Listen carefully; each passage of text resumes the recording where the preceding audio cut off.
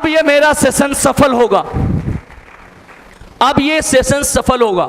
अगर सचमुच आप अभी भी सीखने की मेंटलिटी से बैठे होते तो आप वहीं होते जहां आप थे। क्योंकि लाइफ में सीक्रेट ऑफ सक्सेस ये कहता है कि जरा आप गौर से देखना है कि व्हाई डू पीपल फेल। मुझे बहुत सारे लोग मार्केट में मिलते हैं, लोग मुझसे सवाल करते हैं कि सर आज डायरेक्ट सेलिंग इंडस्ट्री आज से नहीं चल रही है, भारत में 24 ईयर कंप्लीटेड। 24 वर्षों में मैंने लोगों को कामयाब होते भी देखा और रोड पर आते भी देखा। वो आदमी जो कभी बड़ी गाड़ी से घूमा करता था आज उसको बाइक तक नसीब नहीं है। उसका कारण क्या है? Why do people fail? क्या आप लोग भी ये कारण जानना चाहते हैं? और ये कारण इसलिए नहीं जानना है कि लोग फेल क्यों होते हैं, ये कारण इसलिए जानना है कि हम फेल क्यों हो रहे हैं। हम आज ये जो लेसन लेंगे इसलिए नहीं लेंगे कि लोग क्यों फेल हो रहे हैं। आज हम आए हैं अपने लिए, अपनी समझ के लिए, अपनी जिंदगी के लिए, अपने सपनों के लिए, अपनी माँ का अच्छा बेटा बनने के लिए, अपनी पत्नी का अच्छा पति बनने के लिए, अपने बच्चों का एक अच्छा पिता बनने के लिए, अपनी बहन का एक अच्छा भाई बनने के लिए। यस और नो? Agree with me? मेरी बात से नाराजगी तो नहीं है? तो साहब आपको मैं बताना चाहूंगा कि फेल होने का सबसे बड़ा कारण है lacks of training, no self growth. जब आप अपनी जिंदगी में, लाइफ में टॉप पर जाना चाहते हैं तो आप लर्निंग बंद कर देते हैं। समझ गए?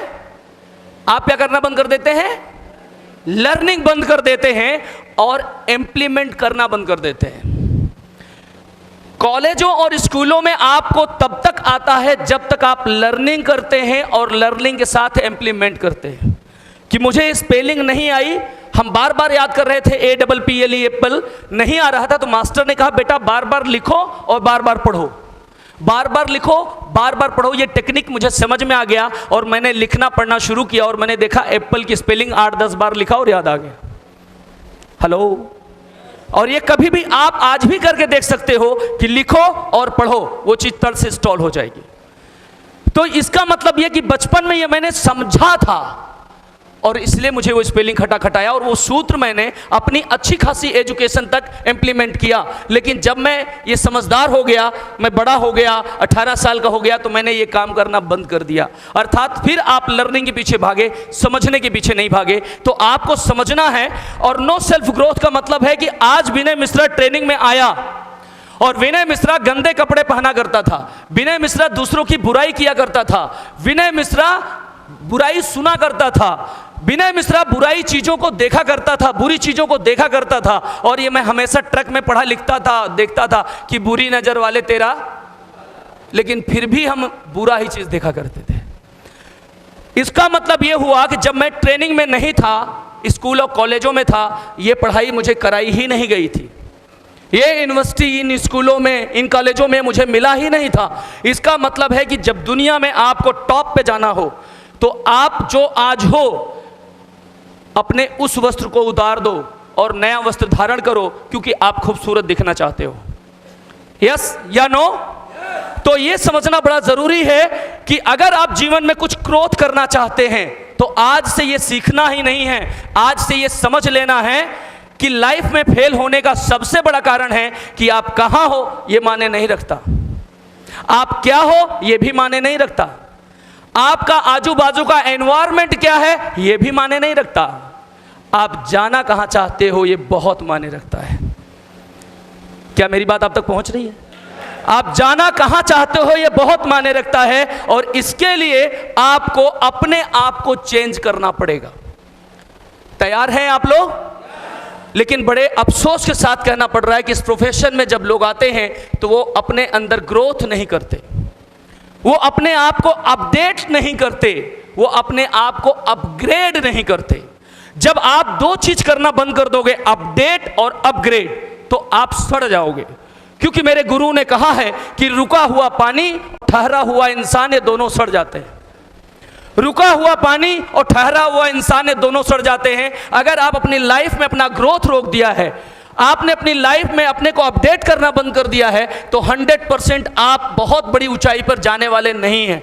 आज एक खिलाड़ी को देखो, एक फाइटर को देखो, एक रेसर को देखो, किसी भी ओलंपिक के सेक्टर को देखो, वो जो विनर बनता है, वो जो चैंपियन बनता है, लेकिन जब उसने इस फील्ड में कूदा था तो क्या वो चैंपियन था?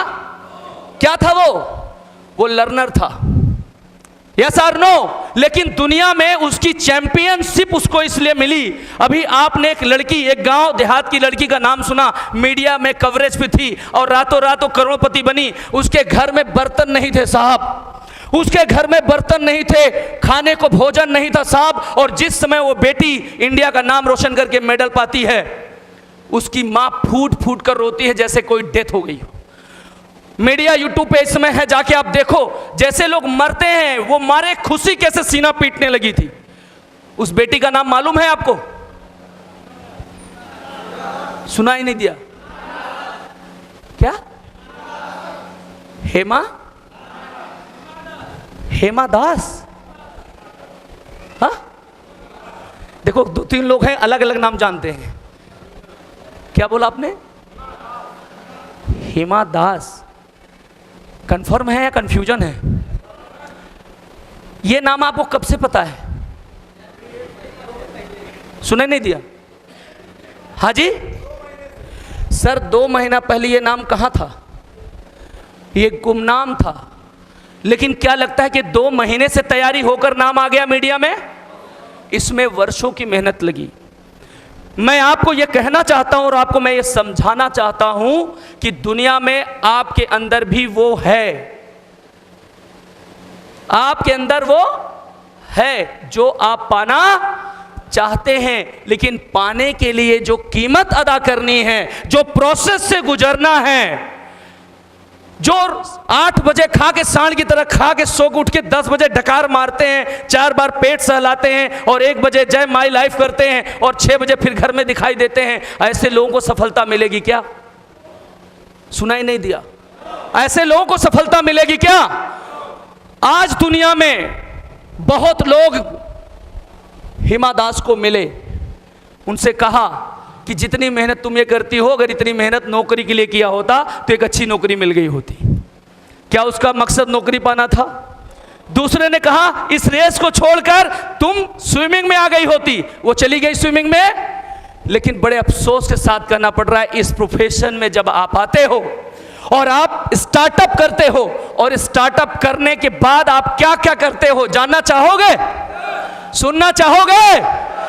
पहला स्टेप, नो गोल सेट। हमें यह पता ही नहीं है कि मैंने माई लाइफ को स्टार्टअप क्यों किया। मुझे यह पता ही नहीं है कि माई लाइफ से मुझे क्या हासिल करना है। मुझे यह पता ही नहीं है कि माई लाइफ से हर महीना मुझे कितना कमाना है। मुझे यह पता ही नहीं है कि मेरा महीने का, मेरे परिवार का खर्चा कितना है। बड़े अफसोस के साथ कहना पड़ रहा है कि आज भी अगर मैं पूछूं कि एग्जैक्ट बताओ अपने घर का, परिवार का खर्चा कितना है, तो अलग सूख जाएगा। सफलता क्यों नहीं मिल रही है? लाइफ में आपको ऊंचाई क्यों नहीं मिल रही है? क्योंकि उसके पीछे कारण है कि आपको जाना कहां है और आपको पाना क्या है, आपको पता ही नहीं है। और प्रकृति बड़ी न्यायप्रिय है। एक किसान जब एक खेत देखता है और उस खेत में ये डिसीजन लेता है कि इसमें गेहूं बोना है, आलू बोना है, या अरहर बोना है, या उड़द बोना है, या सन बोना है, या गन्ना बोना है, ये कौन डिसीजन लेता है? सुनाई नहीं दिया? किसान डिसीजन लेता है। और दूसरा किसान ये डरता है कि अगर मैंने आलू की बुआई कर दी और 25,000 बैंक से लोन लेके मिट्टी के अंदर डाल दिया, कहीं बारिश हो गई तो वो आलू बोता है क्या? अब उसको लोगों ने कहा कि आलू नहीं बोया, कोई बात नहीं, तुम मक्के का खेती कर लो। वो किसान मक्के का इरादा बनाता है, तभी लोगों ने कहा अरे बेवकूफ, तुम मक्के का काम चालू कर दिए, कहीं कीड़े खा गए तो? फिर वो रुक गया और उसने मक्का भी नहीं बोया। अगले ने कह दिया कि चल भाई तू टमाटर लगा दे, और उसने टमाटर लगा दिया और पता चला टमाटर में कीड़े लग गए। तो फिर एक दिन उस किसान से पूछा गया कि तुम्हारे पास कुदरत ने इतनी खूबसूरत प्रॉपर्टी दी, इतनी अच्छी एग्रीकल्चर लैंड है, तुम इसमें कुछ करते क्यों नहीं हो? बोला मैं रिस्क नहीं लेना चाहता। बोले रिस्क नहीं लेना चाहते, इसका क्या मतलब? बोले इसका मतलब एकदम सिंपल सा है कि मुझे डर था कि कहीं बारिश ना हो जाए, मेरे फलों में, मेरे फसलों में कोई बीमारी ना आ जाए, कुछ कीड़े ना खा जाएं। हेलो। और उस किसान ने कुछ भी नहीं बोया। उसमें क्या निकलेगा? सुनाई नहीं दिया? उसमें क्या निकलेगा? कुछ निकलेगा? नहीं निकलेगा। लेकिन मैं कहता हूं निकलेगा। आप अगर बोओगे तो आपके मुताबिक वो चीज उगेगा, और अगर आप नहीं बोओगे तो उसमें झाड़ झंखाड़ दूब उल्टा सीधे चीज निकलेंगी, क्योंकि कुदरत खाली स्थान को पसंद नहीं करता। ये डिसीजन आपका होगा कि आपको उसमें फसल उगाना है या उसमें झाड़ झंखाड़ उगाना है, आपको झाड़ी उगाना है या अपने मन मुताबिक का फसल उगाना है। ये डिसीजन आपका है। ये डिसीजन कुदरत का नहीं, ये डिसीजन माँ बाप का नहीं, ये डिसीजन उस कॉलेज का नहीं, ये डिसीजन अगर है तो सिर्फ आपका है, क्योंकि आपका डिसीजन आपकी जिंदगी बदल सकती है। आपका डिसीजन आपकी जिंदगी बदल सकती है। क्योंकि मैं आप सबको बताना चाहता हूं कि आज से कुछ साल पहले मैं एक गांव का किसान का बेटा था। मेरे पिताजी एक छोटी सी पोस्ट पे पोस्टमैन की नौकरी किया करते थे, और मैं किसान का बेटा होने के नाते अपने घर का दायित्व निर्वाह करता था। और पूरी घर में बड़ा बनाया कुदरत ने मुझे, तो खेती बाड़ी, पढ़ाई लिखाई, दवा दुआ, XYZ सारा काम मेरे ऊपर मेरे पप्पा ने डाल दिया। जब मैं 5th क्लास में था तब से पूरी रिस्पॉन्सिबिलिटी मेरे पिता ने मुझ पर डाल दिया। चाहे बाजार हो, चाहे खेती हो, चाहे समाज हो, कुछ भी करना हो मुझे ही करना है। सो माय डियर, और मेरे पप्पा के पास 4 बेटियां थी और 2 बेटे थे। चारों बेटियां बड़ी होती जा रही थी। मेरे पिताजी कभी बेटी के लिए रिश्ता नहीं ढूंढने जाते थे, अपने घर का दामाद नहीं ढूंढना चाहते थे, क्योंकि गरीबी इतनी ज़्यादा थी, हालात और परिस्थितियां इतनी बुरी थी। और मेरी बहनें बड़ी होती चली जा रही थी, क्योंकि सारे चारों बहनों में साल 1.5 साल का गैप था। सब एक जैसे दिखने लगी थी, इवन छोटी भी बड़ी से ज़्यादा बड़ी दिखने लगी। माय डियर फ्रेंड, समाज में हंसी का मजाक बनने लगा। आज की डेट में इस भाई पर और उस माहौल की दुनिया ने पता नहीं क्या क्या चीज़ें आज डाली। लोगों ने कहा कि अरे इतनी बड़ी हो गई भी इसकी शादी नहीं हो रही है, और मेरे पिता गरीबी के कारण डर के मारे जाते नहीं थे, क्योंकि दहेज की इतनी बड़ी डिमांड थी। माय डियर, मैंने अपनी ज़िंदगी में अपनी गरीबी से निकलने के लिए पहला रास्ता चुना था, पैसा कमाने का पहला रास्ता चुना था LIC of India. Bharatiya Jeevan बीमा निगम में मैं जाकर अपनी एजेंसी लेता हूं मुट्ठीगंज ब्रांच से 843-23M, और मैंने इस इंश्योरेंस दुनिया में 8 साल जी तोड़ मेहनत किया था, जिसमें 750 पॉलिसी होल्डर क्रिएट किया था। और माय डियर, हाईएस्ट मेरा पे आउट था महीने का 36,000। 8 साल की मेहनत करने के बाद एक बात समझ में आ गई कि 36,000 में मेरी जिंदगी में कुछ होने वाला है नहीं, और ये गरीबी वाली लाइफ में कुछ होने वाला है नहीं। और 36,000 में हम 36,000 में क्या माँ बाप को सेवा करेंगे, क्या अपने घर का खर्चा निकालेंगे, क्या अपने अपने बाल बच्चों को पढ़ाएंगे लिखाएंगे, और क्या समाज में अपनी पहचान बनाएंगे। और ये 36,000 में कुछ होने वाला दिखाई नहीं दे रहा था दूर दूर तक। देन मैंने अपना डिसीजन बदला और my dear LIC of India को किनारे किया, और मैंने अपना खुद का कारोबार स्टार्ट किया मैन्युफैक्चरिंग का। मैंने अपना खुद का कारोबार स्टार्ट किया मैन्युफैक्चरिंग का। शर्ट पैंट सलवार सूट बनाकर मैं सप्लाई करना शुरू कर दिया। आप जानते हैं शर्ट पैंट सलवार सूट। और माय डियर, स्कूलों में जो स्कूली ड्रेस लगता है, बेल्ट लगता है, टाई लगता है, वो ड्रेस का मैं आर्डर स्कूलों में जा के लेने लगा, आई कार्ड बनाने लगा। सो माय डियर, वहाँ पे भी कुछ दिन काम करने के बाद बड़ी मछलियों ने ये मुझे एहसास करा दिया कि मुझे इनके सामने मैं चल नहीं सकता, और गरीबी इतनी ज़्यादा थी कि पैसा ना होने की वजह से उस कंपटीशन का मैं शिकार बन गया। मैं कंपटीशन के लायक नहीं रहा, और वो मछलियां मुझे निगल गई, और मैं व्यापार में अपनी कोई आइडेंटिटी नहीं बना सका। फिर मुझे किसी लोगों ने सलाह दिया कि तुम्हारे पूरे खानदान ने जब व्यापार नहीं किया तो तुमने ये व्यापार क्यों चुना? जब तुम्हारा बाबा, तुम्हारा पापा, तुम्हारी पूरी पूर्वज व्यवसायी नहीं थी तो तुम्हें बिजनेस में जाने का किसने सुझाव दिया? तुमने किया क्यों? तुमको तो लॉस होना ही था। तो मैंने उनसे पूछा, आखिर आप मेरे बुजुर्ग हो, जो गलती हो गई सो हो गई, अब वो तो लौट के आएगी नहीं, आप मुझे बताओ मैं क्या करूं? और उन लोगों ने मुझे कहा कि तुम किसान के बच्चे हो, और इस गांव में ट्रैक्टर नहीं है, इस गांव में थ्रेसर नहीं है, इस गांव में पुल्ली पंखा नहीं है तालाब में लगे ट्रैक्टर से सिंचाई करने का, इस गांव में ट्रॉली नहीं है, रूटावेटर नहीं है, थ्रेसर नहीं है, पुल्ली पंखा तुम सब डाल लो। और मैंने 14 लाख का कारखाना डाला। स्टेट बैंक ऑफ इंडिया में जाकर अपने माँ बाप की बनाई हुई संपत्ति, अपने पूर्वजों की संपत्ति को खसरा खतौनी किसान बही देकर के मैंने मार्गेज करा दिया। और माय डियर, 1 साल भी ट्रैक्टर की EMI नहीं जमा कर पाया। कितने साल? 1 साल भी। और वो ट्रैक्टर 9 साल मेरे घर पर खड़ा रहा और उसमें जंग लगने लगा, क्योंकि एक ही महीना में मैंने 1,15,000 का गेहूं बेचा था। एक ही महीने में गेहूं का मड़ाई का सीजन में थ्रेसर लिया था PTO सोनालिका, और मैंने एक ही महीने में 1,15,000 का गेहूं बेचा था। पूरे गांव में शोर हो गया, कितनी कम उम्र का लड़का 1,15,000 का अनाज बेच दिया। और मेरे गांव में स्वराज ट्रैक्टर 2 सिलेंडर आ गया, 7 ट्रैक्टर आ गया। जो जुताई हम करते थे 120 में, वो जुताई हो गई 90 में। हम नकदी लेते थे, वो उधारी शुरू कर दिए। माय डियर, अब वहां पे भी मेरा व्यापार लॉस में चला गया और ट्रैक्टर खड़ा हो गया। फिर मुझे कुछ लोगों ने एक सलाह दिया कि तुम यहां से बहुत कुछ नहीं कर सकते, वो काम करो जिसमें बहुत पैसा आएगा। हमने कहा बताइए। लोगों ने कहा कि तुम राइस मिल का बिजनेस शुरू करो, और मैंने राइस मिल का बिजनेस शुरुआत किया। आज भी आप मेरे गांव में जाके 60/40 का हाल देख सकते हैं। 5 लाख आज भी उस फाउंडेशन के नीचे दबा हुआ है। माय डियर, मेरे दादा ने इससे करा दिया और वो पूरा नहीं हो सका, और मैं और लायबिलिटी में आ गया। फिर मुझे कुछ लोगों ने सलाह दिया कि तुम अगरबत्ती का कारोबार शुरू करो, और माय डियर, मैं अगरबत्ती फैक्ट्री अपना स्टार्टअप किया। अल्लाहपुर पंडालाज में अर्पिता अगरबत्ती के नाम से शुरुआत की। आप जानते हैं अर्पिता अगरबत्ती?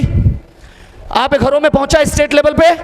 माय डियर, ये मेरा स्टेट लेवल पे ब्रांडिंग थी, और पार्टनर की नीयत खराब हो गई और वो भी मेरा लॉस हो गया।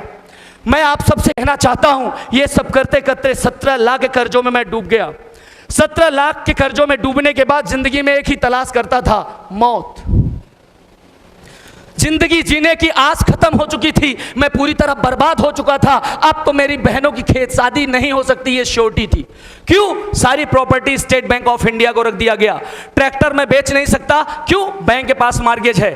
खेत नहीं बेच सकता, क्यों? बैंक के पास मार्गेज है। पप्पा के पास जितना फंड था वो सोसाइटी वगैरह सब निकाल के पैसा खत्म कर चुके थे।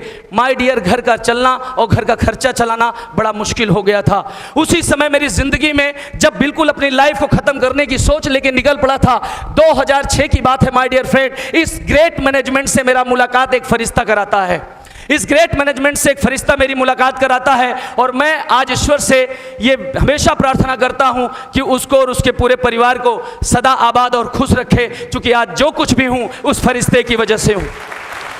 माय डियर फ्रेंड, मैंने अपनी पूरी जिंदगी में ये यकीन कर लिया था कि मैं जिंदगी में कुछ बड़ा नहीं कर सकता। लाइफ में बहुत स्ट्रगल आए, बड़े अप्स एंड डाउन आए, बहुत सारा एग्जामिनेशन आया, लेकिन वो एग्जामिनेशन देना मैंने कभी बंद नहीं किया। और मैं आज उसी एग्जामिनेशन को आपको बताने जा रहा हूं, जिसका एग्जामिनेशन आपसे समाज हर पल लेगा, हर क्षण लेगा, हर वक्त लेगा। जिस रास्ते से मैं गुजरा हूं, आज मैं वो सारा सीक्रेट ऑफ सक्सेस आप तक देने जा रहा हूं। ये लेना और ना लेना ये आपका डिसीजन होगा। अगर मेरी बात आपको समझ में आ गई तो इस बात की गारंटी देता हूं कि दूसरा विनय मिश्रा बनने से कोई आपको रोक नहीं सकता, इसमें कोई डाउट नहीं होगा।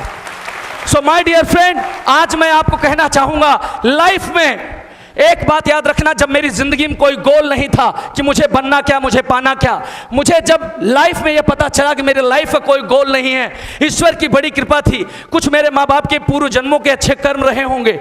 आज मैं शुक्रिया अदा करता हूं परमपिता परमेश्वर का, लेकिन कल वही विनय मिश्रा परमपिता परमेश्वर को कोसता था। समझते हैं कोसना? कोसने का मतलब समझते हैं? ईश्वर की बुराई करता था। दिन रात मैं ईश्वर पे सारा दोष डालता था। भगवान, मैंने तुम्हारा क्या बिगाड़ा है?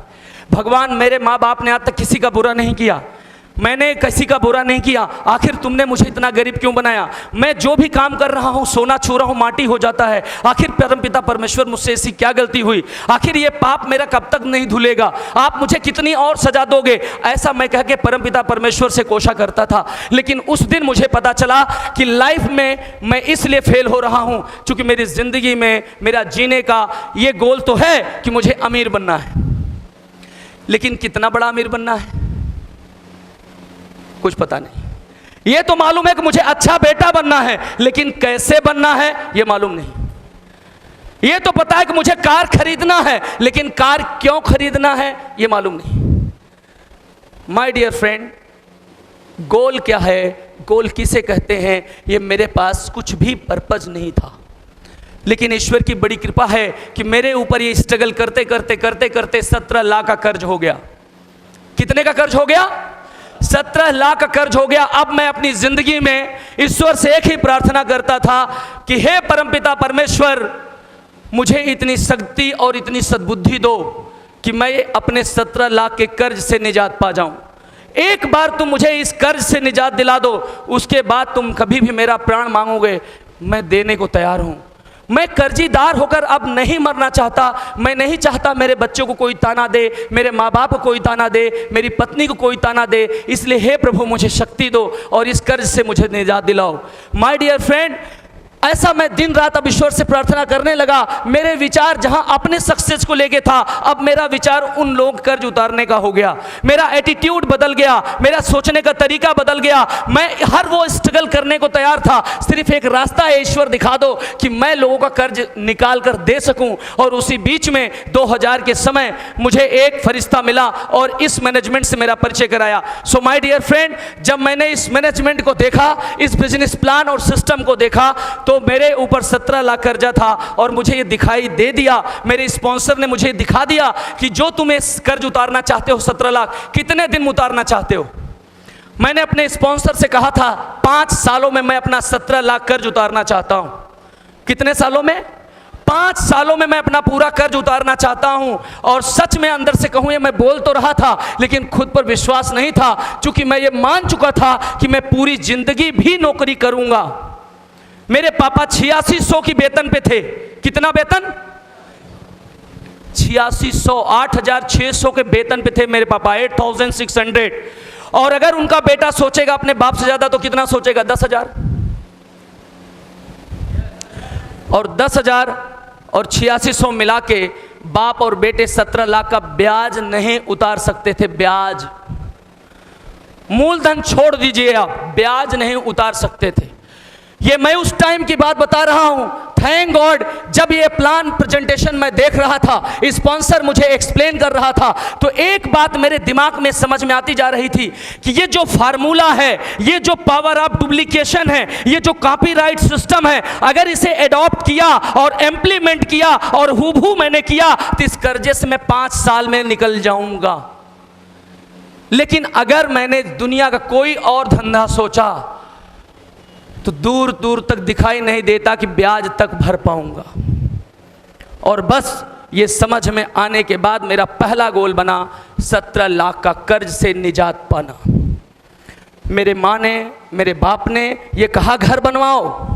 माय डियर फ्रेंड, मैंने घर के लिए नहीं सोचा, क्योंकि मैं पहले उन कर्जीदारों को जिन्होंने मुझे मुसीबत में काम आए थे, मेरी मुसीबत में मदद की थी, पहले मैं उनको वो देना चाहता था। और मेरा पहला टारगेट था 17 लाख के कर्ज से निजात पाना। और आपको बताने में बहुत खुशी है कि 5 साल का गोल बनाया था और ईश्वर की बड़ी कृपा और स्पॉन्सर और मैनेजमेंट की सपोर्ट से 2.5 साल के अंदर कर्ज से निजात पा गया। माय डियर फ्रेंड्स, 2 साल 6 महीने में अपने कर्ज से मैं बाहर निकल कर आ गया। जिसको भी मेरा फार्म 1626 एस चाहिए, आज भी मैंने बड़ा संभाल के रखा है। आप मेरा 2.5 साल का वो रिटर्न देख सकते हो, वो मेरी इनकम का ग्राफ आप देख सकते हो। लेकिन एक बात कहना चाहूँगा, मेरी ज़िंदगी में मेरे कामयाबी के पीछे सबसे बड़ा कारण जाने और अनजाने में एक चीज़ बन चुका था, वो था गोल। यस या नो? वो क्या था? गोल। अब मैंने अपनी लाइफ में मेरा गोल सेट था।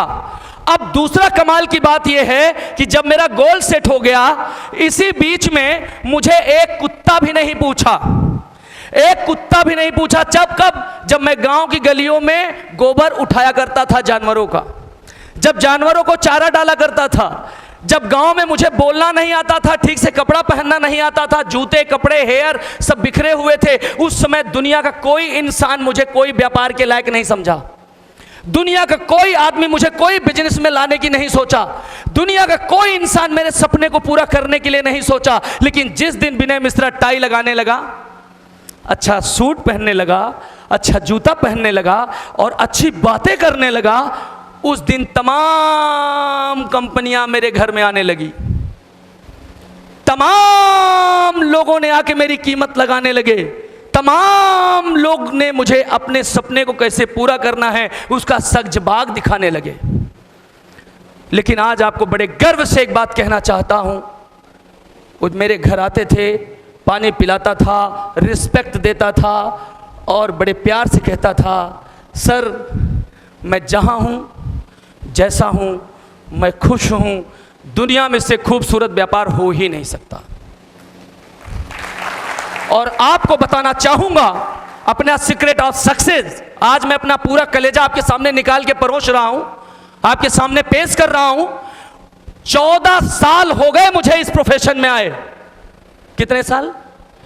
14 वर्ष हो गए, 14 ईयर कंप्लीटेड। लेकिन आज तक किसी की मां ने अपने लाल को दूध नहीं पिलाया जो मुझे अपनी पूरी कंपनी का प्लान या अपनी कंपनी का डिस्कशन करने बैठा हो।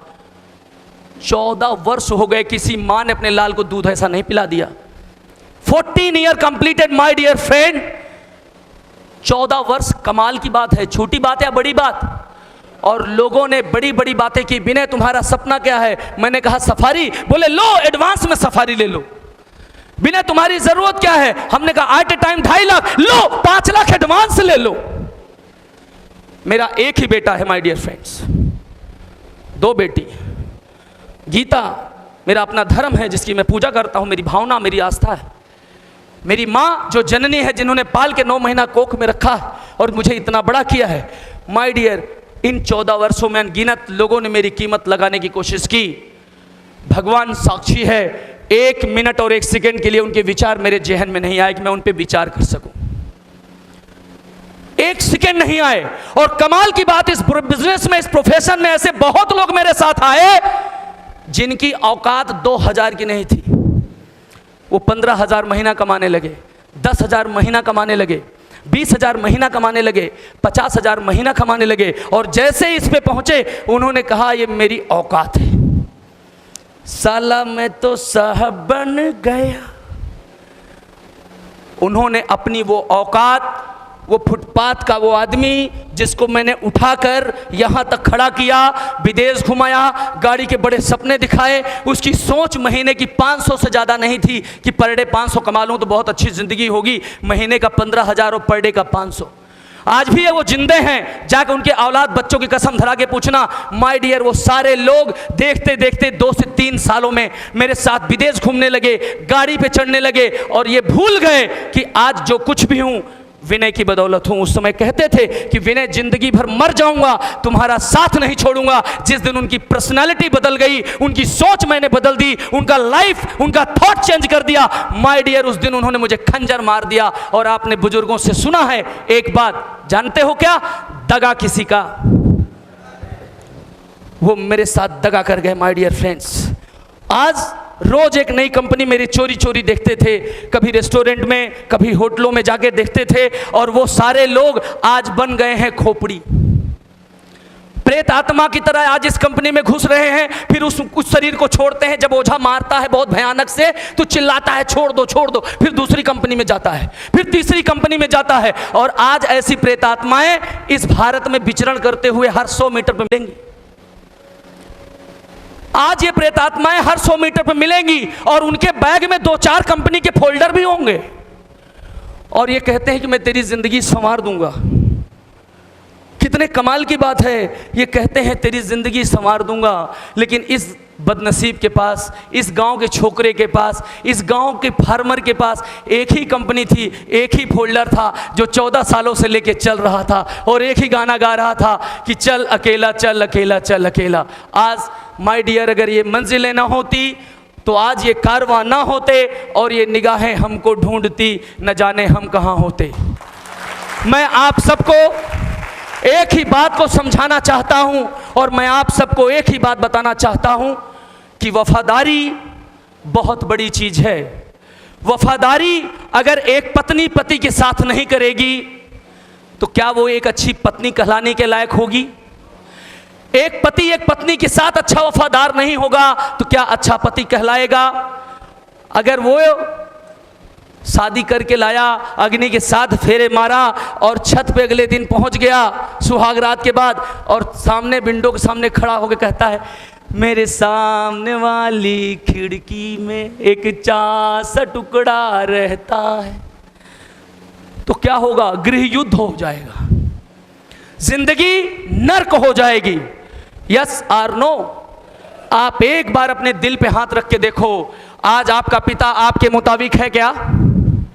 सुनाई नहीं दिया मुझे? सबसे मैं पूछ रहा हूं, आपका पिता आपकी मां आपकी सोच के मुताबिक है क्या? आपकी पत्नी आपके सोच के मुताबिक है क्या? आपका पड़ोसी आपके सोच के मुताबिक है क्या? आपका फ्रेंड आपकी सोच के मुताबिक है क्या? नहीं। फिर आप इन्हें क्यों नहीं छोड़ देते? नहीं है, फिर भी आप इन्हें क्यों नहीं छोड़ देते? क्यों नहीं चले जाते दूसरे देशों में? क्यों नहीं चले जाते दूसरी बीवी ढूंढने? क्यों नहीं निकल पड़ते दूसरे मां बाप ढूंढने? माय डियर फ्रेंड, इसी का नाम है फैमिली, इसी का नाम है इमोशन, इसी का नाम है मोरल। जिस दिन दिमाग बंद करके दिल से काम अपनाओगे, सफलता आपकी दासी बन जाएगी, इस बात की गारंटी देता हूं। और मेरे पास इसके अलावा और कुछ नहीं रहा माय डियर फ्रेंड। लेकिन हाँ, इतना मैं जरूर जानता हूं कि जिनको जिनको मैंने कहा था कि सावधान, आगे भेड़िए हैं, मिलेंगे, अब तुम सुंदर दिखने लगे हो, अब तुम अच्छी बातें करने लगे हो, अब तुम अच्छे अच्छे सपने देखने लगे हो, तेरी कीमत लगाने वाले भेड़िए मिलेंगे, वो दरिंदे मिलेंगे, क्योंकि तू राइट डायरेक्शन में है। कहां है? राइट डायरेक्शन में है। और याद रखना, याद रखना, मेरे गुरु ने कहा है, मेरे गुरु ने कहा है कि असफलता इतनी होशियार है, असफलता इतनी होशियार है, ये आपके कंधे पे सवारी तभी लेगी जब आप राइट डायरेक्शन में होंगे, यानी सही दिशा में होंगे। तब तक असफलता आपके अगल बगल नहीं फिरकेगी, तब तक कोई सही कीमत नहीं लगेगी। लेकिन जिस दिन तेरा विजन क्लियर होगा, तो सही डायरेक्शन पे निकलेगा और सफलता तुझसे चंद मील दूर होगी, उसी समय तेरी कीमत लगाने वाले, तेरे को लालच देने वाले लोग मिलेंगे। और मुझे अपने गुरु की वो बात याद आ गई।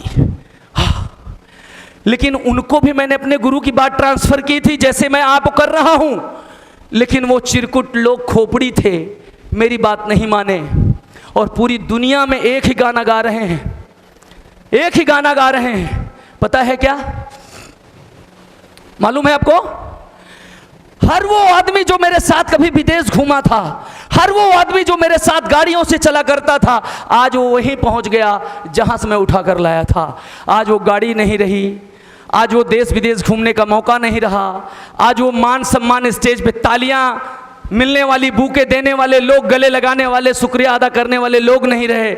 और पूरे दुनिया में, पूरी जिंदगी में मजनू बन के गाना गा रहे हैं कि तुझे भूलना तो चाहा,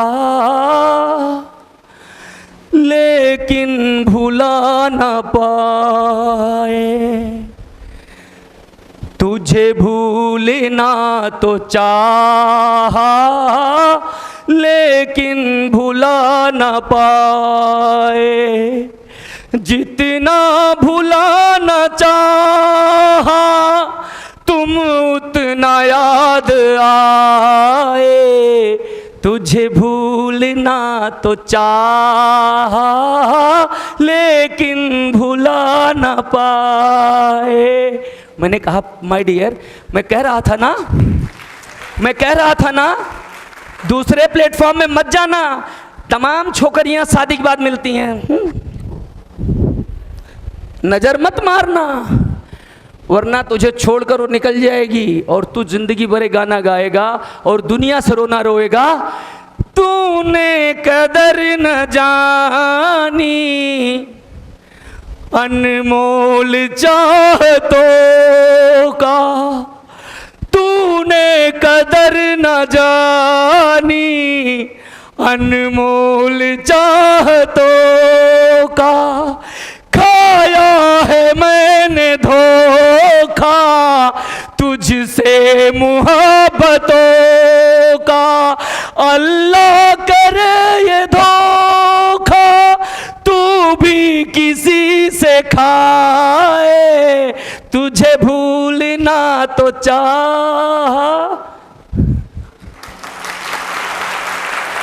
मैंने कहा दगा किसी का, ये मैंने बताया था। और जब तूने मुझे दगा दिया, दूसरा तुझे दगा नहीं देगा। ये कैसा सिस्टम है? प्रकृति तो रिटर्न वही करेगी, प्रकृति वापस वही करेगी जो आप बोगे। बोया बीज बबूल का, ये तो आपको बचपन से पता है। तो जो बोया है वो काटोगे। माय डियर, इस एजुकेशन को जब मुझे पता चला, तब से लेके आज तक मैं अलर्ट रहता हूं, सतर्क रहता हूं। मुझे डर लगता है, क्योंकि मैं अगर ऐसा कर गया तो मेरा भी वही हश्र होगा जो उन लोगों का है। यस और नो? तो आप आज के बाद लोग ये कहेंगे कि आपको मालूम है आपका अपलाइन इतना बड़ा आदमी क्यों है? क्योंकि जब माई लाइफ शुरू हुई ना, वो तभी आ गया था। क्या बोलेंगे? ये वो खोपड़ियां हैं, ये वो भटकती आत्माएं हैं जो तुम्हें गलत डायरेक्शन बताएंगी, गलत इंफॉर्मेशन देंगी, गलत नॉलेज देंगे, ताकि तुम उनके शिकार बन सको। यस और नो? अब विज्ञान कहता है आओ करके देखें, आओ करके सीखें। व्हाइट बोर्ड मार्कर और बोर्ड आगे जलाई लीजिए जरा। मैं आपको आज इस फिलॉसफी को समझाता हूं। और 95% डायरेक्ट सेलिंग में, नेटवर्क मार्केटिंग के लोगों का यह धारणा है कि यह बात सही है कि पहले आओ पहले पाओ। यस या नो? सुनाई नहीं दिया? तो मैं आप सबको बताना चाहता हूं कि जिसने मुझे इस बिजनेस में 2006 में स्पॉन्सर किया था, वो मुझसे 4 साल पहले इस बिजनेस में इन्वॉल्व था। कितने साल पहले? 4 साल पहले। और वो खोपड़ियां मुझे भी आगे कहती थी कि पहले आओ, लेकिन मैंने उनकी बात नहीं सुनी, क्योंकि मेरे मन में जैसे ये थॉट आया, मेरे मन में जैसे ये विचार डाला गया, मैंने ऊपर अपलाइन को फोन करके सलाह मांगी कि इस बिजनेस में पहले आओ पहले पाओ का सिस्टम चलता है क्या? स्पॉन्सर ने कहा नहीं। हमने कहा मैं नहीं मानता सर, हिंदुस्तान में ज़्यादा से ज़्यादा लोग यही कहते हैं कि पहले आओ पहले पाओ। मुझे प्रूफ करो सर, मुझे प्रूफ करो। तो माय डियर फ्रेंड, जब मैंने ये बात कही कि मुझे प्रूफ करो, तो मेरे अपलाइन ने मुझे प्रूफ करके दिया। आप देखना चाहोगे? सुनाई नहीं दिया? मेरे अपलाइन ने मुझे प्रूफ करके दिया। और मेरे अपलाइन ने मुझसे क्या कहा? मेरे अपलाइन ने मुझसे हर वो बात कही। मेरे अपलाइन ने कही कि विनय मिश्रा, मानो ये तेरा अपलाइन है, ये मैं हूं, और विनय मिश्रा ये मेरी टीम है। विनय मिश्रा एक मेरी ORG1 है और एक मेरी ORG2 है। और विनय मिश्रा ORG1 में मेरे नीचे बिजनेस है 5 लाख का। और विनय मिश्रा, आप आज से शुरू करते हो ORG2 में, आज से शुरू करते हो। और आपका ORG1 मैंने स्टार्टअप किया था 2001 में, और विनय मिश्रा आपने शुरू किया 2006 में। और विनय जी, मैंने इतने सालों में एक एग्जाम्पल पकड़ो, 5 लाख का बिजनेस किया है। और विनय मिश्रा, आप यहां आए, आपका स्टार्टअप था 21/08/019। और आते ही विनय मिश्रा, आपका सामाजिक स्टेटस, आपकी पोटेंशियल, आपकी स्किल बहुत हमसे ज़्यादा लाखों गुना स्ट्रांग थी। और विनय मिश्रा, आप मेरे साथ 14 साल बाद आते हो, और 14 साल बाद आपने इधर बिजनेस डाला 1 लाख का, और विनय मिश्रा इधर बिजनेस डाला 1 लाख का। आपकी इनकम कितनी?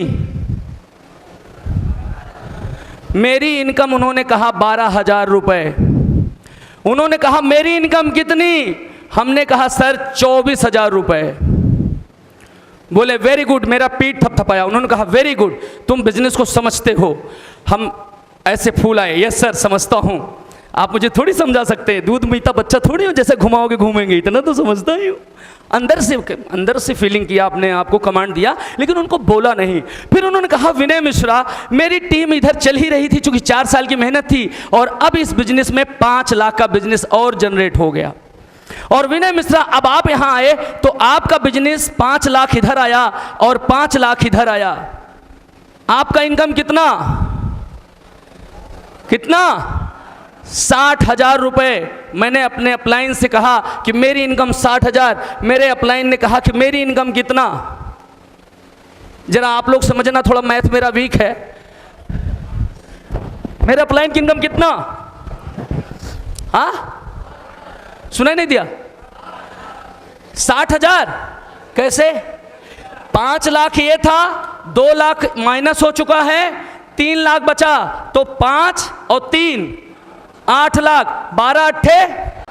मेरे अपलाइन की इनकम 96,000 रुपये आई और मेरी इनकम 60,000 रुपये इनकम आई। मैंने कहा सर आपका तो ज़्यादा है। बोले कोई बात नहीं विनय, अब तुम देखो तुम्हारी टीम बहुत ज़्यादा बिजनेस दे रही है बतौर मेरे हिसाब से। मैंने 4 साल दिया विनय, 14 साल दिया विनय, लेकिन इसका ग्रोथ बहुत स्लो है और तेरा ग्रोथ बहुत फास्ट है। और अब इस हफ्ते तूने बिजनेस दिया 10 लाख का ORG 1 से और ORG 2 से गया 15 लाख का। तो तेरी इनकम कितनी विनय? कितना? मैंने कहा सर 1,20,000 रुपए मेरी इनकम बनी। बोले विनय लेकिन मेरी इस टीम से गया 3 लाख। मेरी इनकम कितनी?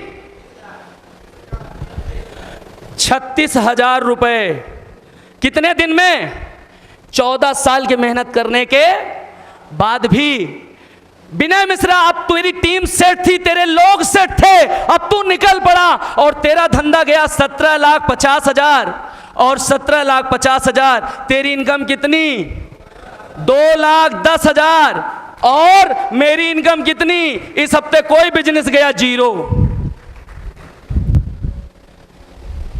क्या गया? और आप तो कह रहे थे पहले आओ पहले पाओ। क्योंकि इस बिजनेस में अगर कोई भी प्रूफ कर दे डायरेक्ट सेलिंग में कि पहले आओ पहले पाओ है, ये विनय मिश्रा उसका दास बनने को तैयार है। सोच कर देखो, जब 14 साल का एक रिचेस्ट पर्सन जो करोड़पति है अपनी लाइफ के काबिलियत से, वो आपका गुलाम बनने के बात करता है इस स्टेज पर। ये रिकॉर्डिंग हो रही है, आने वाले टाइम पे ये बहुत जगह जाने वाली है। माय डियर फ्रेंड, आप मुझे एक बात बताओ, ऐसी कंडीशन में ये चैलेंज अगर कर रहा हूं तो बाद में सच्चाई होगी तभी तो कर रहा हूं, क्योंकि सत्य में सत्य एक ऐसी चीज है जो कभी भी डंगे की चौक पे बात की जा सकती है। तो पहले आओ पहले पाओ का यह व्यापार कोई सिस्टम नहीं काम करता। आपका अपलाइन कितना भी बड़ा अपलाइन क्यों ना हो, उसे पीछे किया जा सकता है। माय डियर फ्रेंड, उसे पीछे किया जा सकता है। और आप सब लोग बैठे यहां पर, कोई भी शख्सियत अगर ये संकल्प ले ले तो हमें भी पीछे छोड़ सकता है। ये बिजनेस का सीक्रेट ऑफ सक्सेस है माय डियर फ्रेंड। क्यों ये बात मैं कह रहा हूं? विनय मिश्रा ने अपने अपलाइन को ना पीछे किया।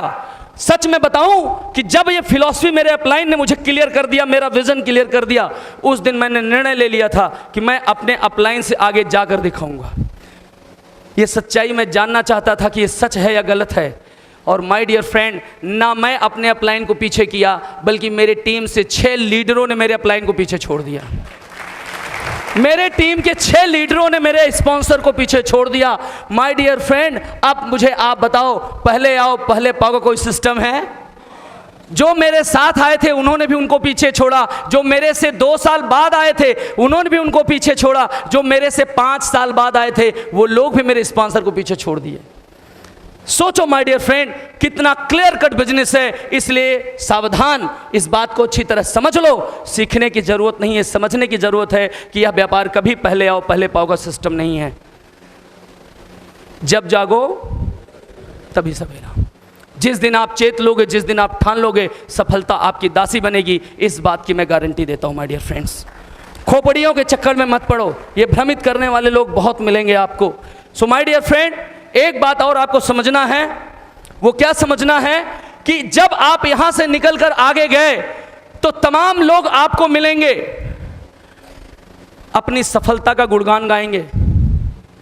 मुझे बहुत अच्छी तरह याद है, इस प्रयागराज का एक लीडर है, मैं उनका नाम नहीं लूंगा, सॉरी, लीडर नहीं चीटर है।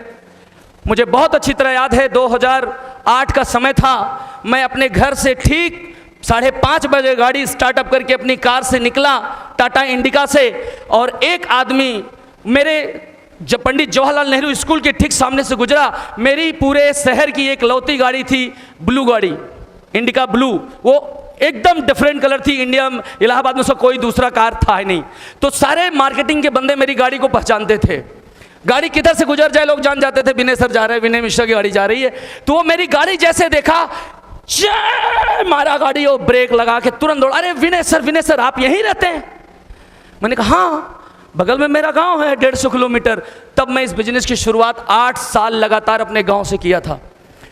माय डियर फ्रेंड, मैं जब निकला तो वो आदमी ने कहा, सर आज इस कंपनी में आप 3 साल से हो, कल भी वही इंडिका और आज भी वही इंडिका डग्गा मार। देखो सर, अभी एक कंपनी शुरू किया ड्रीम बाजार, और मैं बताना चाहता हूं कि विनय सर 3 महीना में नई गाड़ी टाटा इंडिका लिया है और मेरी टीम में 3 लोग इंडिगो लेने जा रहे हैं। मैंने उसकी बुराई नहीं सुनी, मैंने उसको भला बुरा नहीं कहा, मैंने उसे गले लगाया, उसका पेट थपथपाया, शाबाश।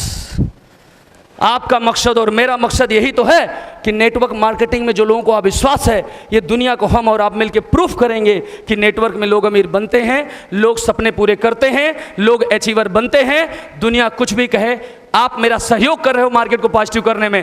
थैंक्स सर, कंग्रेचुलेट सर, बधाई हो सर आपको अपनी गाड़ी के लिए, और मैं आपका एहसानमंद हूं कि मुझे आपने इसके लायक समझा। लेकिन थैंक यू सो मच, मैं जहां हूं मैं खुश हूं, मैं जहां हूं मैं खुश हूं। मेरी बड़ी खूबसूरत बीबी है, वो जो भी है जैसी भी है, दुनिया की सबसे बेस्ट बीबी मेरे पास है।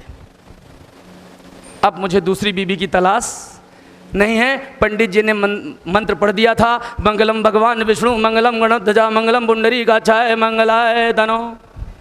तो अग्नि के 7 फेरे मार लिए। जिसकी बीबी नाटी उसका भी बड़ा नाम है, और मेरे अंगने में तुम्हारा क्या काम है? राइट या रॉन्ग? और जिसकी बीबी लंबी उसका भी बड़ा नाम है, तो मेरे अंगने में तुम्हारा क्या काम है? और जिसकी बीबी मोटी उसका भी बड़ा नाम है ना? तो मेरे अंगने में तुम्हारा क्या काम है? तुम अपनी खूबसूरती अपने पास रखो। और 4 महीने बाद पता चला कि वो कंपनी जो सीना फुला के लीडर घूमता था, उसकी इंडिका खींच ले गए फाइनेंसर लोग। मार्केट में उसके घर में जाके लोग उसका इंसर्ट करना शुरू कर दिए, और पता चला कि वो मार्केट नहीं, पूरा इलाहाबाद छोड़कर भाग गया। 2008 और 2019 चल रहा है, तब से आज तक मैंने उसकी शकल नहीं देखी है माय डियर फ्रेंड्स। तब से लेके आज तक शकल नहीं देखी है उसकी। और अगर दिख जाता है तो लोग उसको गाली से बात करते हैं, जूतों से बात करते हैं। इसलिए सावधान, मार्केट में बहुरूपिये बहुत मिलेंगे और बहकाने वाले लोग बहुत मिलेंगे, लालच प्रलोभन देने वाले लोग बहुत मिलेंगे। ये तुझे लूटेंगे और चले जाएंगे, तेरी बची हुई समाज की स्टेटस और पोजीशन खत्म करके नेस्तनाबूद कर देंगे। इसलिए ध्यान रखना कि कभी भी लाइफ में काम करने निकलना, व्यापार करने निकलना, तो अपने व्यापार में कभी अविश्वास मत करना, कमिटमेंट के साथ आगे बढ़ना। और ये जो लोग इधर से उधर कंपनी बदलते हैं, दूसरों की बात सुनते हैं, ये जुबान के पक्के नहीं होते, ये वचनबद्ध नहीं होते, इनका कमिटमेंट पक्का नहीं होता। यस और no? So my dear friend, एक बात और समझना है कि not getting out of your comfort zone. बहुत सारे लोग इस बिजनेस में आ जाते हैं, सपने भी देखने लगते हैं, लेकिन एक बात याद रखना, वो अपने आसान कंफर्ट जोन, आराम तलब जिंदगी, आराम तलब लाइफ को छोड़ नहीं पाते। वो बहाने बनाते हैं कि बहुत बारिश हो रही है। आज मुझे बहुत अच्छी तरह याद है, जब अभी ये मूसलाधार बारिश हो रही थी, तकरीबन 6:30 बजे और 6 बजे, ऐसी ही बारिश मेरी कैरियर की शुरुआत में हुई थी और मेरी टाटा इंडिका लड़ गई थी यहीं बालसन चौराहे पर, मेडिकल, ये जो बालसन चौराहा है पीछे। और जॉर्जटाउन में मेरी गाड़ी खड़ी थी, और जिस ट्रक ने मेरी गाड़ी को डैमेज किया था वो भी खड़ा हो गया था। और मेरा प्रोग्राम उस समय गौरीगंज में लगा था, अमेठी में गौरीगंज है, वहाँ लगा था। माय डियर फ्रेंड, मैंने अपने लैपटॉप को पन्नी में लपेटकर, रेन कोट पहनकर, लेदर का शूज पहनकर, स्लेटी कलर का, आज बड़ा अच्छा समय है, सेम कलर का शर्ट और वाइट कलर का पैंट पहनकर मैंने किक मारी थी अपनी मोटरसाइकिल की, और मैं गौरीगंज पहुंचा 3-3.5 घंटे में। और जब मैं वहां पहुंचा जहां पे मीटिंग डिसाइड थी, वहां पे जब लोग मुझे मिलते हैं तो पहचान नहीं पाते, क्योंकि ये सूरत पे पूरी मिट्टी का लेयर चढ़ गया था, ये बदन के कलर सारे चेंज हो चुके थे। ट्रक और बसों और टेम्पू और विक्रम की इतनी पॉलिश हो चुकी थी कि कलर दिखाई नहीं दे रहा था, मिट्टी का पुतला दिखाई दे रहा था। और जब मैं उतरा तब भी मेरी टीम मुझे वेलकम नहीं कर रही है, और वहां हैंडपंप था, चला के जब मैंने मुंह धुला और लोगों को दिखा, अरे विनय सर, कार सर कार। हमने कहा कार तो एक्सीडेंट हो गया। बोले सर मीटिंग कैंसिल कर देते, सर आपको बताना चाहिए सर, इस पोजीशन में आपको आने की क्या जरूरत है, एक फ़ोन तो करते। हमने कहा सर मैं ये कह के तो मान सकता था, लेकिन आपने जो ये 75 लोगों को बुलाया है दूर दूर से, कितना एफर्ट आपने डाला होगा, मैं ये बोल दूंगा बेशक चला जाएगा, लेकिन खुद को कभी मैं अपनी नज़रों में माफ़ नहीं कर पाऊंगा, क्योंकि मेरी वजह से आप सबका अवसर, आपका कैरियर तबाह हो सकता था। माय डियर फ्रेंड, ये बहाने मैं बना सकता था, मैं कंफर्ट जोन चुन सकता था, आसान रास्ता अख्तियार कर सकता था, लेकिन ये विनय मिश्रा वो रास्ता नहीं चुना। और इस बात के वो लोग आज भी जिंदा हैं और गवाह हैं, और इस बात का मैं मिसाल हूं। मुझे बहुत अच्छी तरह याद है, होटल कृष्णा, टाटा मोटर जहां सिविल लाइन शोरूम है, वहां पर होटल कृष्णा रहा करता था। माय डियर, मैंने नई गाड़ी खरीदी थी फोर्ड फ्यूजन, और मेरा प्रोग्राम लगा था गोरखपुर में, और मेरी फोर्ड फ्यूजन, तब ये हाईवे बन रहा था, मेन हाईवे बन रहा था। और माय डियर, ऐसे में फोर्ड फ्यूजन लेकर आया, अगला टायर मेरा अचानक पूरा हवा निकल गया, एक ऊंचाई से कूदा, जंप लगा के, करीब 80-90 की स्पीड में गाड़ी थी, जंप से कूदी, और अचानक वो ट्यूबलेस टायर थी, और टायर और रिम पे आ गई, और मेरी गाड़ी कंट्रोल से बाहर हो गई। और जा रहा था मैं इलाहाबाद, वो गाड़ी जूम करके जौनपुर की दिशा में हो गई, और एक बड़ा सा महुआ का पेड़ था, उसकी जड़ें कॉर्नर पे इकट्ठा थी, और वो स्लिप करते हुई मेरी फ्यूजन गई, ऐसे करके ढम किया। और मेरी गाड़ी में एक साहब गोरखपुर के बैठे थे, उन्होंने साईं बाबा की मूर्ति निकालकर ऐसे लगा रखा था, भगवान। और माय डियर, वो गाड़ी इसलिए घूमे, मुझे कोई एक्सपीरियंस नहीं था कि अगला टायर पंचर होने पे गाड़ी आउट ऑफ कंट्रोल होती है। मैंने कोशिश की लिफ्ट लेने की, वो गाड़ी मेरी राइट साइड में जगह पे नाच गई, और उसका दिशा चेंज हो गया। अगल बगल के लोग मुझे देखे, मुझे पहचानते थे, लेकिन मेरा संडे का दिन था, मुझे इलाहाबाद की मीटिंग में आना था। मैंने बिना घर में बताए मैं इलाहाबाद के प्रोग्राम में आया। इलाहाबाद के प्रोग्राम में आने के बाद मैंने जी सर, सीताराम सर को बताया कि गाड़ी कैसा ऐसा हो गया, लेकिन किसी से कुछ कहना। इन लोगों को बार बार फ़ोन आ रहा था, सर लेट हो रहा है, तो मैंने कहा प्रोग्राम चालू करो, मेरे साथ घटना घट गई है। बोले सब ठीक है, हम कहे सब ठीक है, मैं आ रहा हूँ। थोड़ा लेट हो गया, चूँकि गाड़ी खाई में चली गई थी, उसे निकालने में, टायर बदलने में टाइम लगा, इसलिए सॉरी, थोड़ा सा प्रोग्राम देखो, मैं आ रहा हूँ।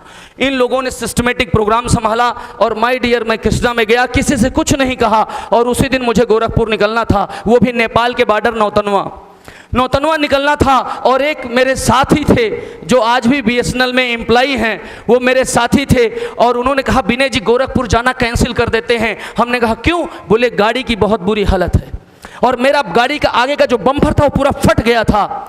मैंने कहा कोई बात नहीं, फिर भी चलना है। तो मैंने जीत सर से कहा सर आपकी गाड़ी? बोले सर मेरी गाड़ी में प्रॉब्लम है, अभी इसका अलाइनमेंट डैमेज हो गया। मैंने सीताराम सर से कहा, इन्होंने कहा मेरी सर्विसिंग आ गई है। मैंने अगले बंदे से कहा जिसको लेके जाना था, उसकी अल्टो गाड़ी थी, उन्होंने कहा सर मेरी गाड़ी तो बिल्कुल चलने लायक नहीं है। ओवरऑल मैंने डिसीजन ले लिया कि मुझे इसी टूटी गाड़ी से जाना पड़ेगा एक्सीडेंट हालत में।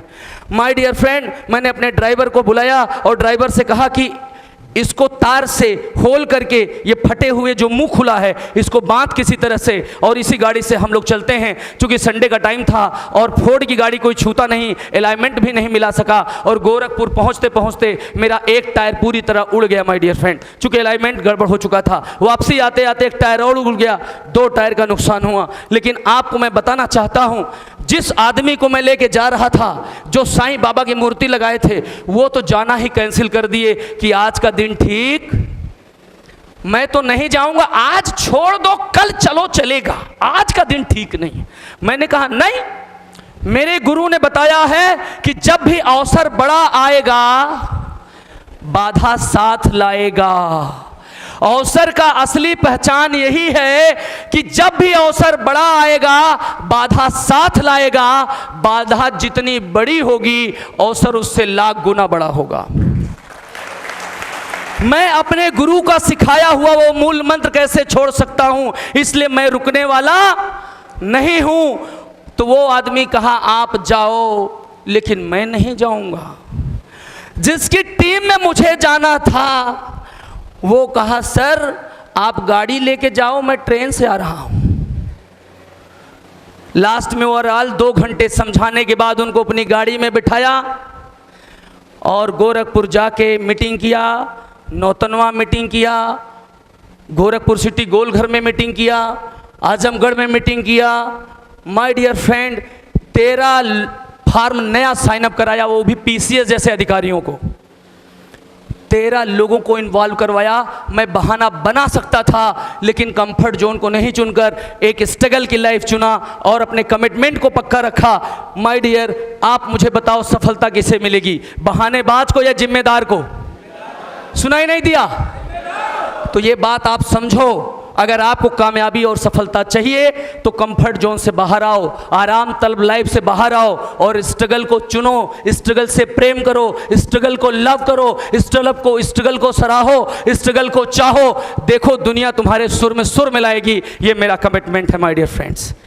और जिसके सुर में सुर नहीं मिला, समझना कि व्हाई डू पीपल फेल, ये फेल होने का कारण है माय डियर फ्रेंड। अब याद रखना, अगला है नॉन कंसिस्टेंट एक्शन।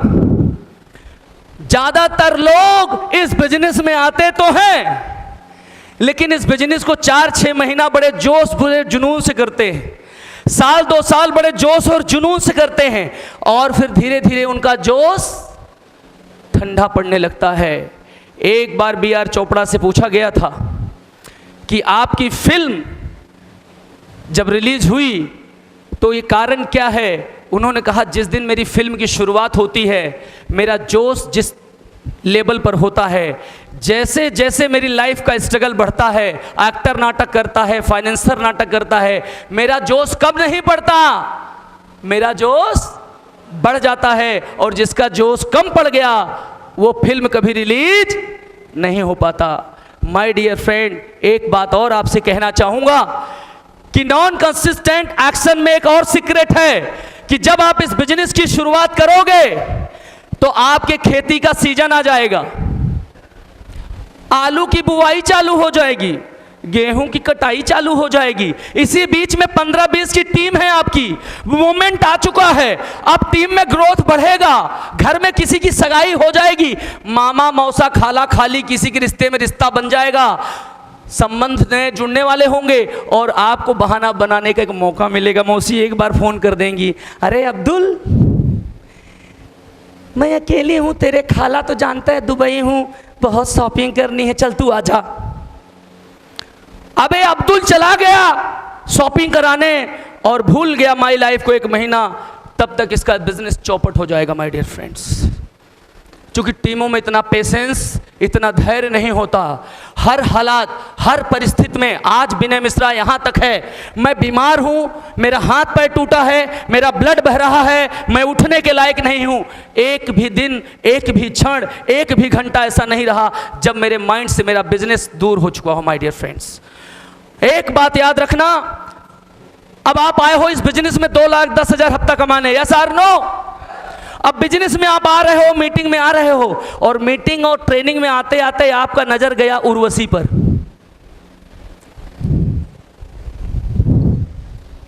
अब वो उर्वशी आपको ऐसे करेगी,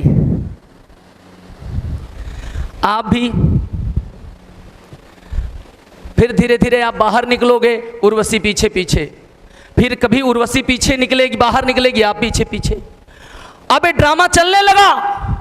आए थे जिंदगी बनाने, आए थे लाइफ संवारने, और हमने आपसे कहा था कि आपको कंसिस्टेंट एक्शन लेना है, निरंतरता, आपको अपडेट अपग्रेड होना है। लेकिन आपने अब ध्यान दे दिया कि कौन हमको देख के मुस्कुरा रहा है। आपने ध्यान दिया इस हाल में सबसे खूबसूरत लड़का कौन, आपने ध्यान दिया इस हॉल में सबसे खूबसूरत लड़की कौन। इसका मतलब आपने अपने दिमाग को मारने का निर्णय कर लिया है। इसका मतलब आपने अपने कैरियर को बर्बाद और तबाह करने का निर्णय ले लिया है। मेरी बात नहीं मानोगे, इतिहास इस बात का गवाह है। इतिहास इस बात का गवाह है। उन सारे लोगों की जाके जीवनी और बायोग्राफी पढ़ लो, और जितने लोग इस बिजनेस में असफल हुए उनके भी ऊपर आपको रिसर्च करना है तो रिसर्च कर लेना। सबसे बड़ा फेल होने का कारण है नॉन कंसिस्टेंट एक्शन। जब वो अकेला था तब उसने 10 की टीम खड़ी कर दी, तो 10 टीम बनने के बाद टीम बढ़नी चाहिए कि घटनी चाहिए? सुनाई नहीं दिया? और अगर टीम घट गई तो ये प्रूफ होता है कि आपने बिजनेस को, सिस्टम को फॉलो नहीं किया। ये प्रूफ होता है कि आपने अपने आप को अपडेट और अपग्रेड नहीं किया। ये प्रूफ करता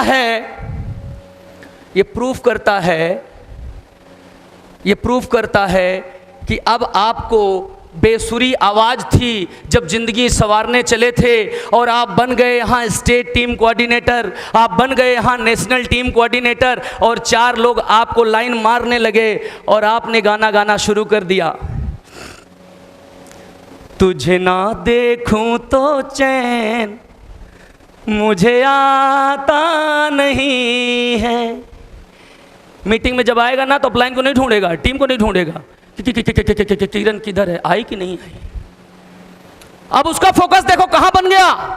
वो इस प्रोग्राम में आएगा, इस ट्रेनिंग में आएगा, वो जीटीएस में आएगा धंधे के लिए नहीं, मिलने के लिए आएगा। तेरी मोहब्बत ने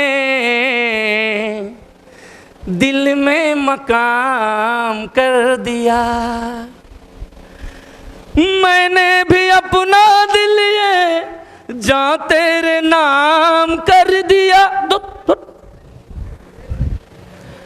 फिर वो कहेगी तुझसे पूछूं एक सवाल, बोल जरा तेरा है क्या हाल, क्या मेरी तरह तू भी तड़पता है, अब है नींद किसे, अब है चैन कहाँ, सारी सारी रहना तेरी बात सजना, काटे न कटे अब दिन तेरे बिन। समझ मारा? 95% लोग इस व्यापार में आते हैं, विजन पर्पज को लेके आते हैं, अच्छा बेटा बनने आते हैं, अच्छा भाई बनने आते हैं, अच्छा पति बनने आते हैं, और बन क्या गया? नो। वो जो तबला बजाते हैं उनको क्या बोलता? भड़ुआ। ये वो भड़ुए हैं जो हर क्षण हर पल अपने कंसिस्टेंट को डिस्टर्ब कर रहे हैं, और दुनिया इनको चंद पैसे देके इनसे तबला बजवाएगी और तोयाफ इनके सामने मुजरा सुनाएंगी। ये जिंदगी भर यही चलेगा। दुनिया में जितने सफल और कामयाब लोग बने, एक आदमी का नाम आप बता दो, एक आदमी का नाम बता दो जिन्होंने अपने फोकस को हटा दिया हो। मैं आपका गुलाम बनने को तैयार हूं माय डियर फ्रेंड। उन्होंने अपना समर्पण, अपना डेडिकेशन, अपना जोश, अपना जुनून, अपना enthusiasm day by day, every day